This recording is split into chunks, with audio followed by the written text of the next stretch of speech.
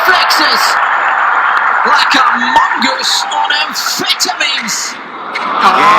Waving his Wilson wand. Super scintillating and sensational from Sosa. It's tennis, year of the gods. No mortal may approach. Joined by FaceTime with my brother Nicholas. Nicholas, this is possibly our final podcast of the year. Oh no! I'll make sure of it. Definitely not. The 2019 season. No. The 2019 season. This could possibly be. No. This is the last thing we have to talk about, other than like recapping the year as a whole, which definitely. which I'll bet we do. But I mean, we're done for tennis basically until January 1st. No. I'll never be done. There's a bunch of futures. We might start have to previewing futures. You're not streaming futures. I can tell you that much. All right, well, let's get right into recapping the Nitto ATP Finals. Stefanos Tsitsipas just took the title. He defeated Dominic Thiem in the final, 7-6 in the third set. What a match that was, wasn't it? Yeah, I mean, I thought taking this tournament as a whole, it was kind of a continuation of the trend we've seen in the last couple of years, with the previous winners in 2017 Dimitrov, 2018 Zverev, 2019 Tsitsipas. Both players, who it's their biggest title of their career, obviously, they've not won Grand Slams. They've not been in the final of a Grand Slam as well. No, none of them. And for Tsitsipas, he had never even won a tournament above the 250 level. 250 level, exactly. He'd been in finals, though.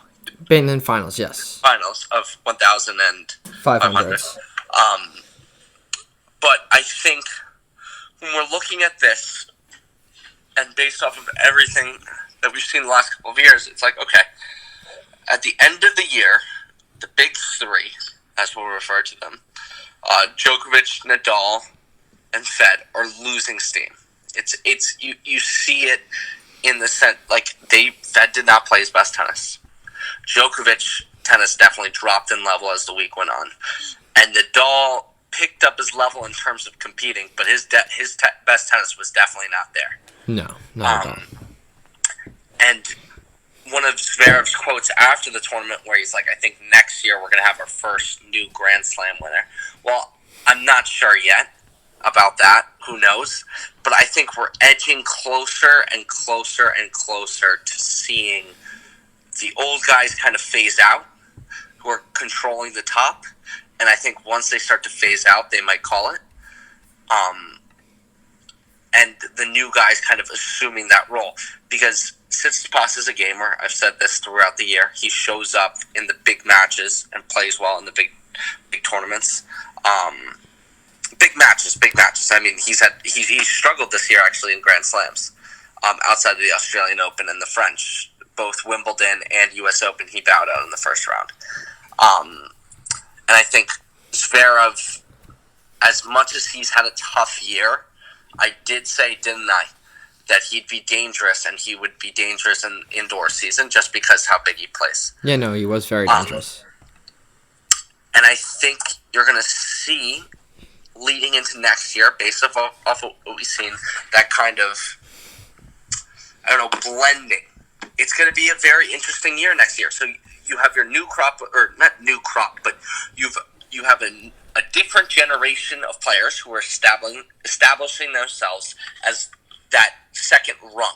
Yes, definitely. It's kind of solidified. You have Thiem, Zverev, Medvedev, Tsitsipas.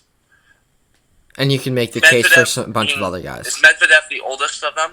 He might be, and Medvedev's the oldest. Thiem's the oldest. Or no, Thiem's the oldest of them. But you have that rung. Those four guys who are. Yeah, Thiem is a little bit older than them. Who are all in the top 8, yeah.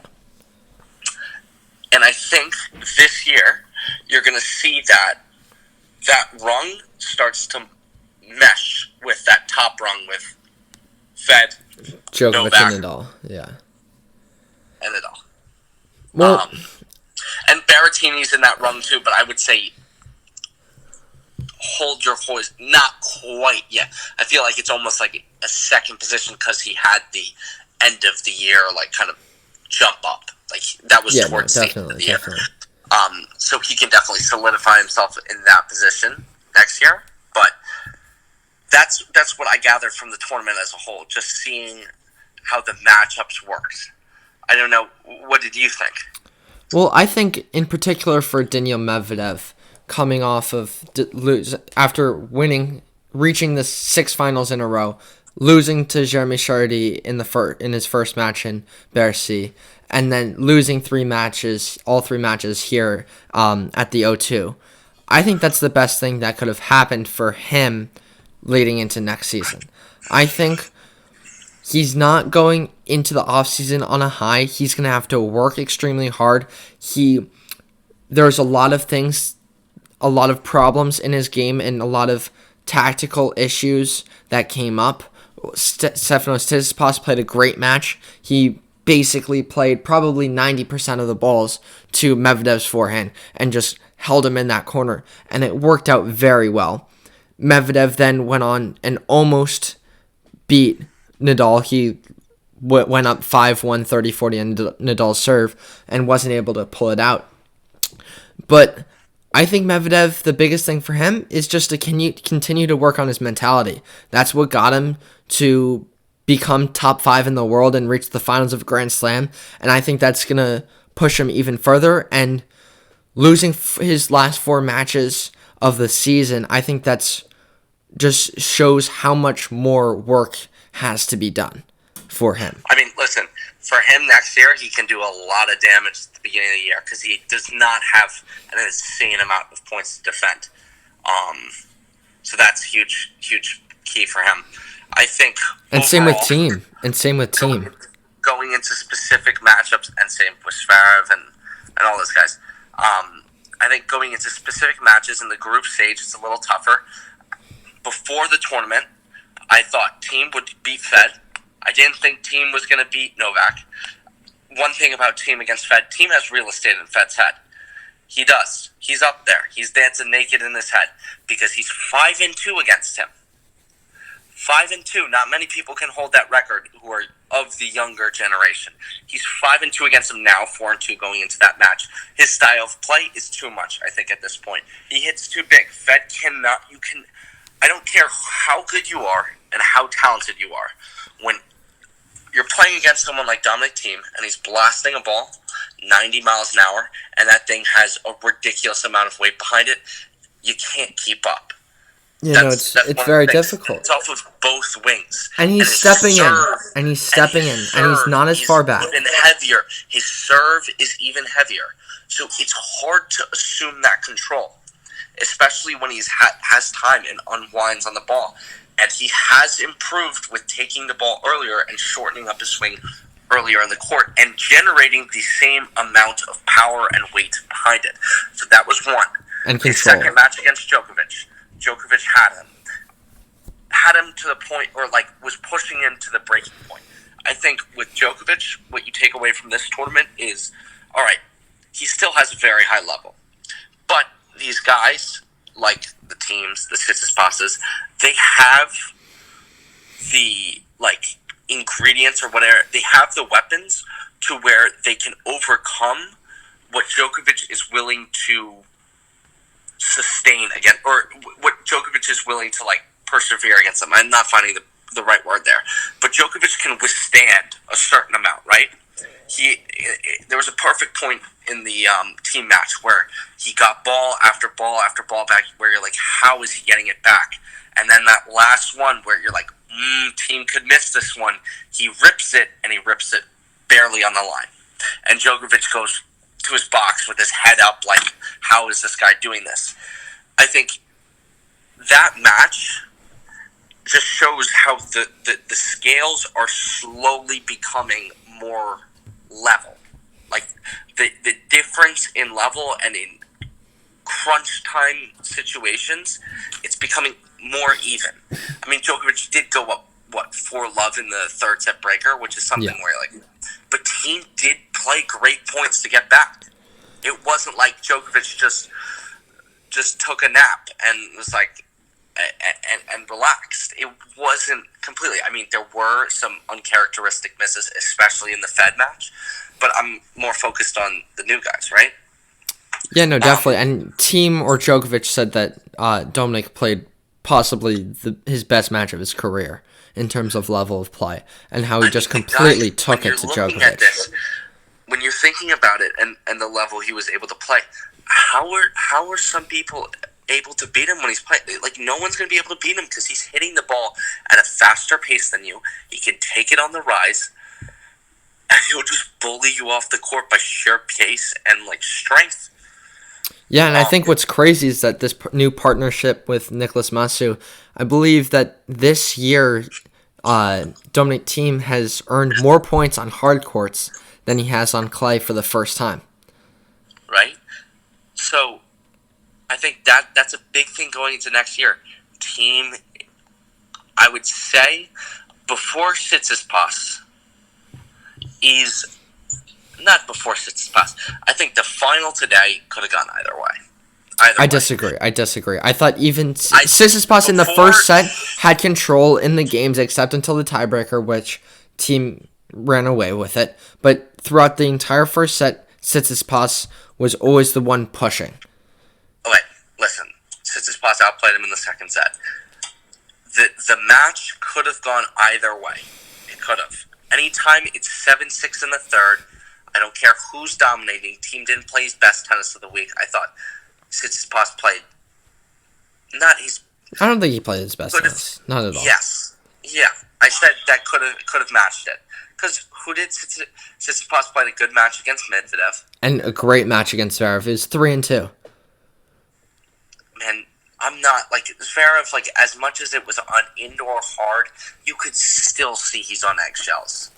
I mean, look, the first match that Zverev came out against Nadal, beating him 6-2, 6-4, I just was like, flashback to last year, bombing 140s. You fail to recognize that match, as much as Zverev played well, is on Nadal's racket. It is. Nadal not at all. Forehand after forehand after forehand. Not he at all. had 11 unforced errors to one forehand winner at one point. If you flip that number, which is normally, or make it 9-4 or whatever it is, I guarantee you it's a closer match. And when it's a closer match, in that match, in the first set, and it's 4-all, and it's 30-all, and it's Zverev's second serve, you know what's coming. It's a double fault because the confidence for Zverev has not been there this entire year. Zverev was comfortable in that match because Nadal gave him the unforced errors, which gave him the confidence to say, okay, I have the lead. Now I can loosen up and play a little bit. Yeah, but I think it was much better. No, because Nicholas, if it was a level that he had consistent or had, you would have seen him dominate this week. If it was not for what Nadal did, because I guarantee you, if you say, okay, this guy just dominated. Look what Nadal single-handedly willed his way to beat Tsitsipas, willed his way to beat Medvedev. In tennis, that he was not playing well this week. Yeah, no, I thought he played some really poor tennis for his level and his standards. His worst match was against Zverev. By far. He did not give himself a chance in the match. No, because of his fighting spirit. Like he even said after the match, he wasn't ready to fight and win that match and compete. You cannot tell me anything about Zverev, saying Stefanos' win over Tsitsipas. I'd say Thiem was the most impressive player this tournament. He did not win it. He played the best out of anyone this tournament. I think, hands down. He had the tougher group for one. In terms of his first two matches, the Matteo Berrettini match, he's locked in. I think the urgency is less there. Same with Tsitsipas playing Nadal at the end. He was locked in no matter what. Granted, there is motivation for him to play, but he's locked into. Yeah, and anytime you beat two of the big three in any tournament, it's got to be up there. So do not argue the Zverev thing about Tsitsipas. All right, Tsitsipas had a great weekend. His game is coming together more you see the certain I think he's aspects. yes. You see the certain aspects that he's missed at the beginning of the year. His serve has gotten bigger. I don't think it's necessarily the serve getting bigger. The serve Yes, it is. becoming more controlled. Look at His the- toss isn't varying as much as you saw at the Oh my tail gosh, end of the you're clay not court studying season. His toss, his MPHs on his serve, granted it is indoors, is up. He is consistently serving his first serve at a higher pace, and on top of that, he has become more and more willing to come to the net. His numbers at net, he always would come forward, but now the amount of times he is at the net is more than when you saw at the beginning of the year. It has generally progressed. He is coming forward more often. And I think that's a testament to being more balanced out of the serve. And the commentators were noting how balanced and how he wasn't swaying out of it. It wasn't at the as beginning of the year. I agree. Like in the Australian Open, I remember watching him and being like, "Wow, he takes some interesting tosses." I'm not going to deny that's part of what I'm saying. The serve has improved and his MPHs have gone up. That's in part because the toss is better. All right, yes, but you cannot tell me this entire year you were studying Tsitsipas' toss. No. Give me a break. Yeah, I mean, it's quite glaring. You don't have glaring. that much time on your hands, Nicholas. Come All right. on. All right, but I agree. His serve is gotten a lot better. But what I think has not gotten better, when you look back to his match against Fed Goat in Australian Open at the beginning of the year, Yep. he saved an inordinate amount of break points. And Yep. what does he do in the Roger Federer match? Saves an inordinate amount of break points this time around, too. Okay. He is clutch. He is clutch. Yeah, we've said he's a winner all year long. He did not play a great match against Federer. What he did in that match, what he did really well, was on break points, he showed up, made that first serve, or played an aggressive second serve, and was right on that next ball. And never could let Federer kind of settle in to the break points. Yeah, no, he was Weasel his way taking into the the point. issue. He was pushing the issue, and he's Yes. taking advantage and being aggressive, asserting himself. And I think part of that was Fed was not able to assert himself in the match because of Tsitsipas. And part of that, Fed's level is not that high either. He was not able to kind of manipulate Except for that Djokovic that he match. thrives off of. Except for that Djokovic match. I thought that was very impressive what he did to Djokovic. I thought Djokovic was not Djokovic in that match. I thought the urgency was a little bit different. You cannot deny that that was his poorest quality match of the tournament. His quality got worse and worse and worse as the match got on, or as the tournament went on. Well, I mean, I thought his level against Dominic Thiem was quite good. I thought just Thiem was that much better. Yeah, no. But I say that in the sense that in moments where the momentum could have changed, and the moments where Djokovic thrives off of, in that he clamps down and he finds a way to manufacture errors, or it's mostly manufacture errors out of the pressure of his defense and what he's capable of doing. Thiem either was able to get out of that, or Djokovic one or two errors. And I think that's the biggest thing for this new crop of players. That is the biggest difference between Thiem winning that match and Djokovic losing that match. That is the fine line, and exactly what I said when it's like. And it's these subtle changes, these subtle, just little switches in momentums, and who wins that big point, who's that just that much more pressure on the opponent. And I think that's what these younger guys are doing to the big three, and that's why they're finding a lot more success. Tsitsipas goes out there and he's like, yeah, I'm going to go out there, I'm going to hit a big second serve, and I'm going to take this forehand cross court early and just move you right away. You know what I do think Tsitsipas needs to improve is the backhand side, man. That side, oof, it's good, but it's definitely Thiem has improved that side to the point, like he always had it weaponized, but now I feel like it's blended a lot better. that it's not a complete slap the entire time. Like, if he needs to grind there, he can grind there. He's got the slice.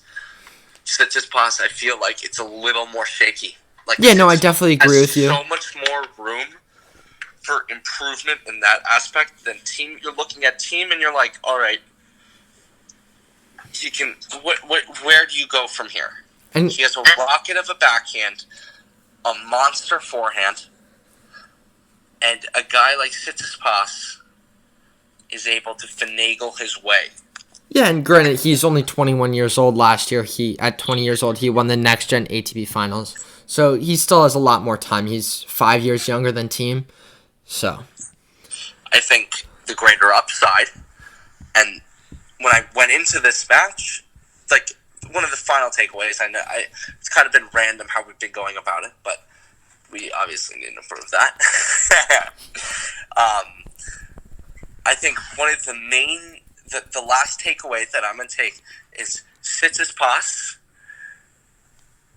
I think, is not going to have that fall off that Zverev had this year. I know we keep on saying fall off, or I do, and Zverev is finishing, 7 in the world? Yeah, 7 in the world, 3,345 points. And last year, he finished 3 in the world. Third. No. And that's not a big fall off, 3 to 7. That's not bad. You're still top 10. But it felt pretty bad the entire year. I think Tsitsipas will be able to build off of this result, in the sense that I see his ranking rising. I think Medvedev, I want to see how he starts off next year. I feel like it's so hard to continue. Like, he got so hot at the end of last year. Like, he got hot in spots, right? And watching him play this tournament, and as what you pointed out, with Tsitsipas focusing in on the forehand, because the backhand, where is that going to break down, right, Nicholas? No, it's not going to. It's not going to break down. It's and that's the side that he loves. Technically sound stroke. The forehand, though, is and because it slides through the court and it doesn't give the opponent an ability to attack. Yeah, but the forehand, as you said, what Tsitsipas focused on, there you can wreak havoc. The slice can affect that. You can play high-low on him because of all that weird backspin that he takes. And he does not...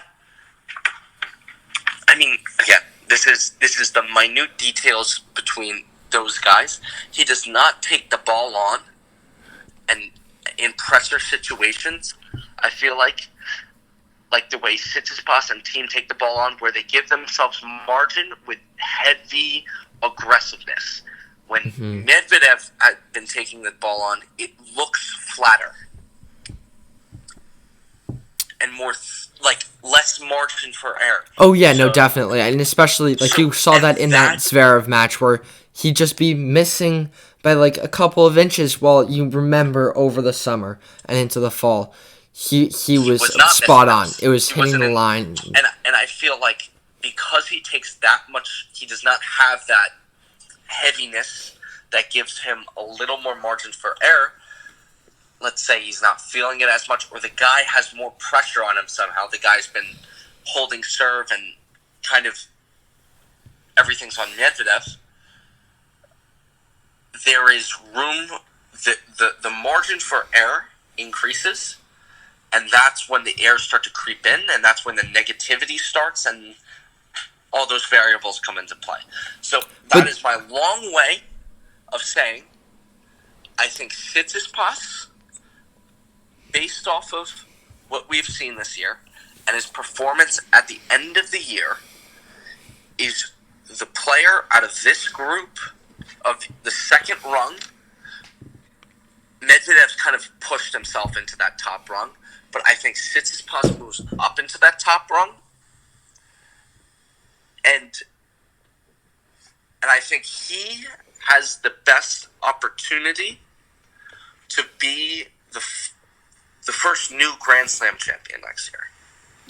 Well, in regards to your point about Medvedev, I think it's important to note that we're kind of like blowing the alarm bells or ringing the alarm bells Not ringing when the alarm bells. I know. I just want to when he was about to beat Nadal 6-1 in the third set, and who's world number one, finishing the year for the fifth time, I believe. I think, as I said, an incredible performance even in this tournament. I think it's great for him. Listen, Medvedev is fine. He's fine. The guy's 4 in the world. He's going to be fine. It's not like a disaster has struck, right? That I don't want to paint that picture like, oh, Medvedev's game is in tatters. It's not.